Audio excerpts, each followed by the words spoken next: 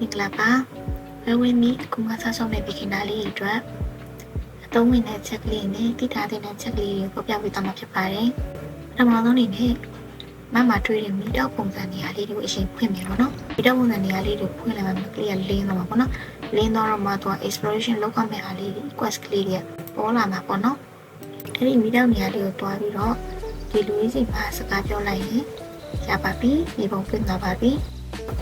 တွိုင်းလိုင်းနဲ့ဒီလိုပုံစံသင်္ကေတတွေတွေ့လို့ရှိရင်အဲ့ဒါလေးက OTT လေးတွေပါအဲ့ဒါလေးတွေအကုန်လုံးရမှာဒီ game မှာ OTT လေးတွေကရရေးကြည့်ပါတယ် OTT ကိုမျိုးစားစီမျိုးရှိရဲ့ချင်းခဲမှာအပေါ်က9မျိုးလုံးလို့ရပြီးတော့ iPhone မှာအောက်က9မျိုးရှားမှာပါနောက်ပြီးကိုရှားလို့ရတဲ့ OTT လေးတွေကိုတော့ဒီနေရာသွားပြီးတော့ submit လုပ်ပေးရမှာပါချင်းခဲမှာဆိုရင်ဒီနေရာမှာ submit လုပ်ရမှာ iPhone မှာဆိုရင်ဒီနေရာမှာသွားပြီးတော့ submit လုပ်ရမှာပါကိုရှာလာတဲ့ OTT လေးတွေကိုဒီလေးတွေမှာ submit လုပ်ရမှာပါ။ဓမ္မောင်းလုံးစားတော့လည်းဖွင့်ပြီးသွားပြီလို့ထင်တယ်။ဒုတိယတစ်ခုကခဏကြီးရှေ့ပါတော့။ခဏကြီးရှေ့ကသူကခုံနာပြေးတာဆိုရင်သူကလည်းမျိုးခုံနာဘုံရှင်ဘေးမှာပါတဲ့လေးကတော့ရှော့လာတယ်လေ။ပြေးလို့ရှိရင်လည်းရှော့တယ်။အဲဒီရှော့လာတဲ့အားလေးတို့ကတိုးပေးတာပေါ့နော်။ပြီးလို့ရှိရင်သူက vitality ကိုလည်းဖွင့်ရမယ် vitality လည်းအရေးကြီးရယ်ဘာလို့လဲဆိုတော့အခုတချို့ skill တွေက vitality သုံးရတာအများကြီးသုံးရတယ်ပေါ့နော်အခုဆိုရင်ဒါသုံးဖို့မှာ vitality မလုံလောက်ဘူးလို့ပြနေရပါတော့နော်ဒီ vitality ပုံမှန်ဆိုရင်ဒီအဝိုင်းလေးအလယ်မှာအတုံးလေးနဲ့10ခုပြထားတယ်ဒီမှာ PC မှာဆိုရင်ဒီမှာအကွင်းလေးနှစ်ပွင့်ပေါ့နော်10ခုပြထားတယ်အဲ့ဒါလေးပြင်ပါစေ skill သုံးရမှာပေါ့နော်အခုဆိုရင် skill သုံးကြည့်လိုက်မယ် skill သုံးကြည့်လိုက်ရင်ဒီလိုပုံလိုက်မှာရှိတော့ vitality လေးကုန်သွားပြီပေါ့နော်အလဲမှာလဲအကွင်းလေးတစ်ခုပျောက်သွားတယ် vitality ကုန်သွားတယ်ပေါ့နော်အဲဆိုရင်သူက vitality ပြန်တက်အောင်လုပ်တာကြတော့ combat လုပ်ပေးနေပြန်တက်တယ်ပေါ့နော် combat တော့ရှောက်လုပ်ပေးနေပြန်တက်တယ်ပေါ့နော်အခုဆိုရင်တစ်ခုပြစ်လိုက်တယ်ဒီမှာ vitality တစ်ခုပြန်တက်လာတယ်တတုံးပြန်တက်လာတယ်နောက်တစ်ခုပြစ်လိုက်တယ်နောက်တစ်လုံးပြန်တက်လာတယ်အဲ့လိုမျိုးသူအတိုက်ပြစ်ပေးသွားနေအဲ့ဒါလည်းဒီရက်တက်ပြန်တက်လာမှာเนาะအကုန်လုံးဒီနှစ်ကွင်းလုံးပေါ့နော်10ခုလုံးပြည့်အောင်လို့တက်လာတော့မှတချို့ skill ရသုံးလို့ရမှာပေါ့နော်ဒီနောက်တစ်ခုက inner way နောက်တစ်ခုကိုဖွင့်လိုက်ရင် inner way ရမယ်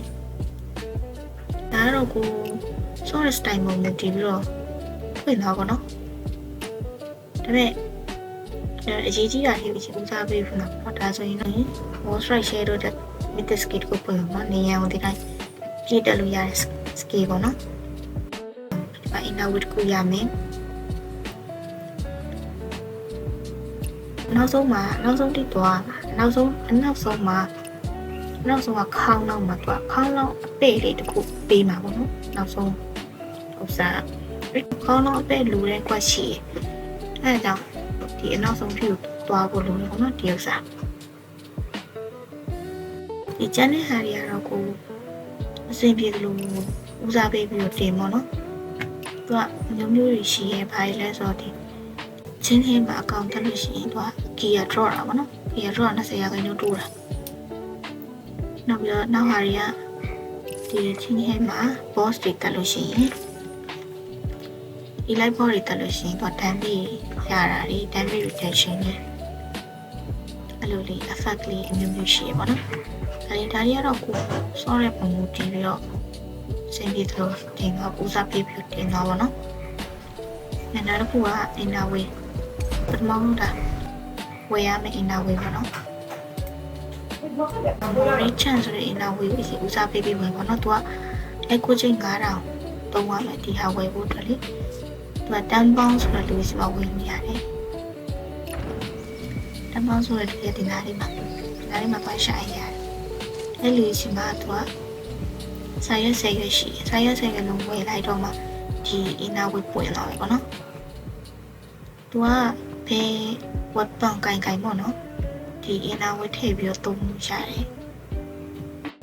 နောက်တစ်ယောက်ကဒီနားမှာဝင်လို့ရတယ်သူစီမှာလည်းအဲ့ဒါ10ရွက်ဝယ်လို့ရတယ်ပေါ့နော်10ရွက်ဝယ်ပြီးတော့သူကဒီ upgrade လုပ်အောင်ကျန်တဲ့ inner way လေးဝယ်လို့ရတယ်ပေါ့နော် သူက upgrade လုပ်ရမယ် upgrade ကပထမဆုံးဟာ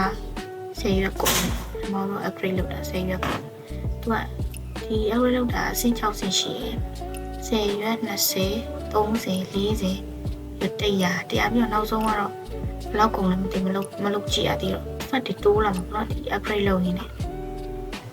OTT လေးရှားပုံရှားနေအသေးစိတ်ကိုနောက်ပြီး review တစ်ခုမှထပ်ပြီးတော့လုပ်ပြီးပါပါမယ်စောင့်ကြည့်ကြည့်ပေးပါလို့ကျေးဇူးတင်ပါတယ်